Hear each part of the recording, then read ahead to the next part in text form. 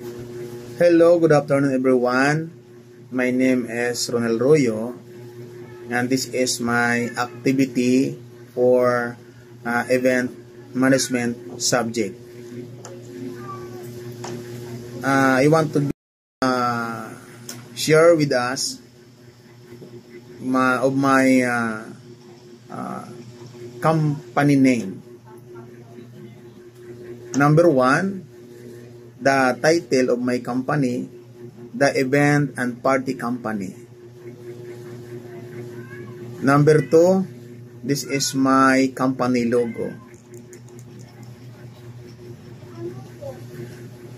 And number three, this is my company tagline, where memories are made. And number four, company description. The Event and Party Company is a full service event planning and management company dedicated to crafting unforgettable experiences.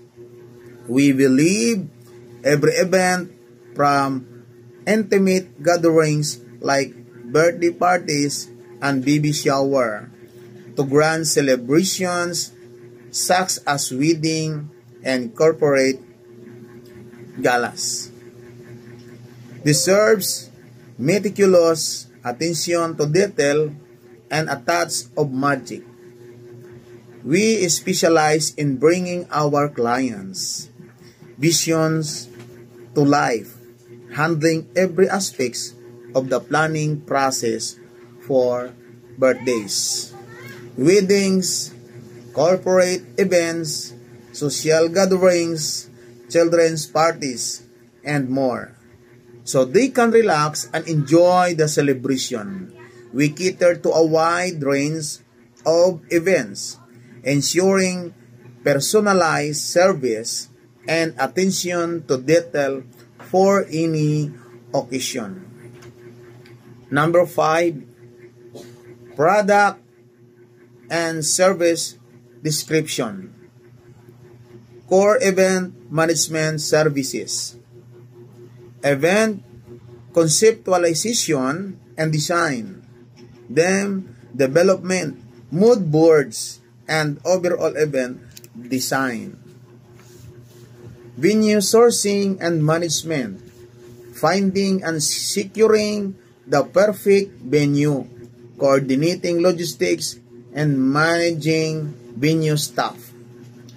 Vendor management, selecting and managing caterers, decorators, entertainment, photographers, transportation, and other vendors.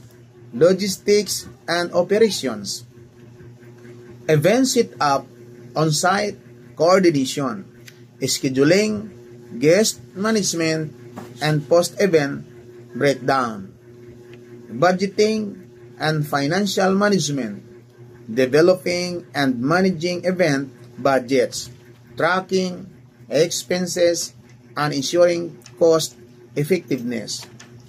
And this is my number 6, SWOT analysis. Strengths, comprehensive event management services. Focus on creating memorable experiences. In-house printing services for added convenience. Creative and innovative approach to event design. Strong vendor relationship. Weaknesses, building brand recognition in a competitive market, managing multiple events simultaneously requires strong organizational skills, potential reliance on key vendors, opportunities, growing demand for professional event management services, specializing in niche markets, eco-friendly events, destination weddings, expanding service offerings, e.g. event rentals, decor. Applying technology for event planning and management. Threats. Economic downturns can affect event spending. Competition from established event management companies and freelancers. Rising costs of supplies and services.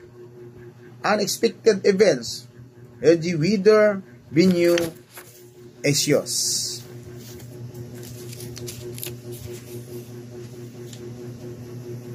And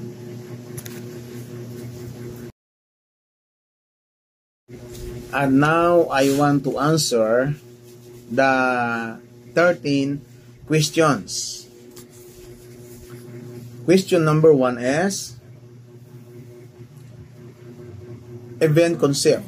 How do you create an event concept? Name and format? This is my answer. We start by talking to the client.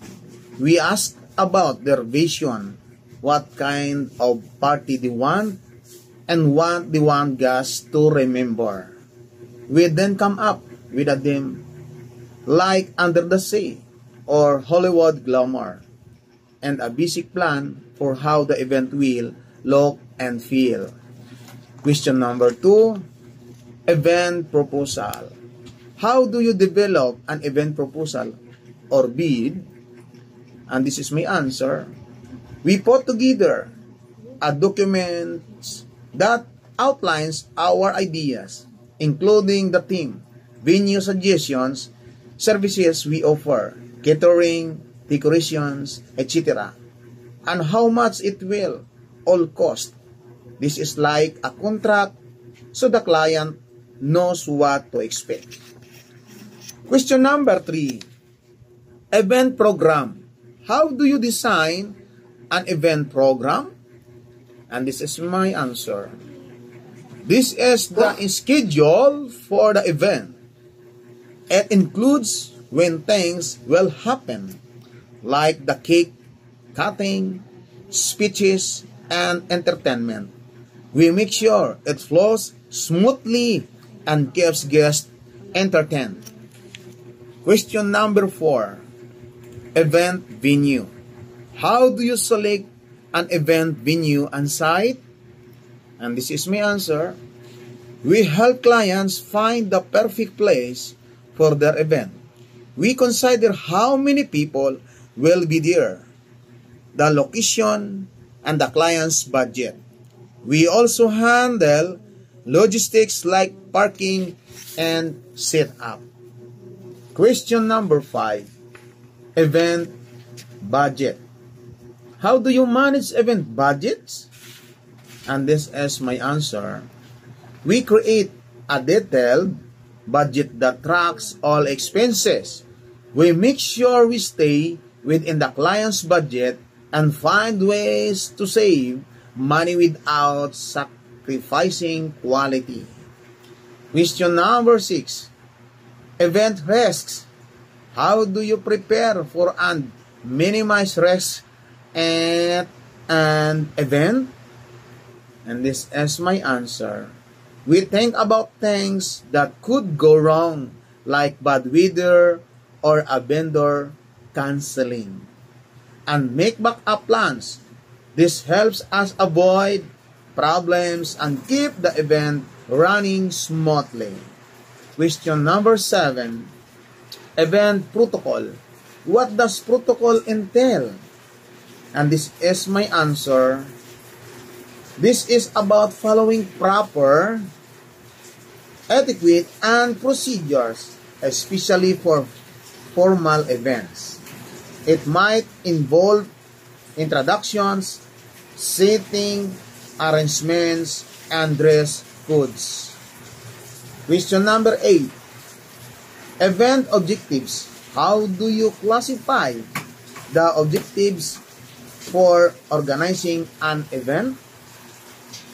My answer is, we figure out what the client wants to achieve with the event. Is it to celebrate a birthday, promote a business, or raise money for charity? Knowing the objective helps us plan the event effectively. Question number 9. Event supplier selection. What are the common criteria for selecting suppliers? My answer is, we choose vendors like caterers, decorators, and photographers based on their experience, reputation, and price. We have a network of trusted suppliers we work with. Question number 10. Event communication. How do you handle communication mechanisms? This is my answer.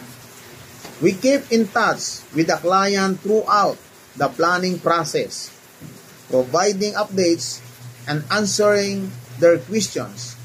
We also manage communication with vendors. Question number 11. Event stress management. How do you handle stressed out individuals in your team?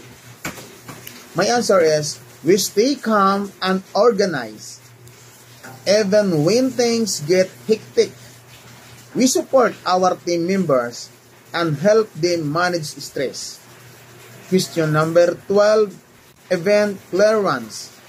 How do you handle situation and require special clearances? And this is my answer. If we need special permits or permissions for the event, like for loud music or street closures, we handle that process. And this is the last question. Question number 13.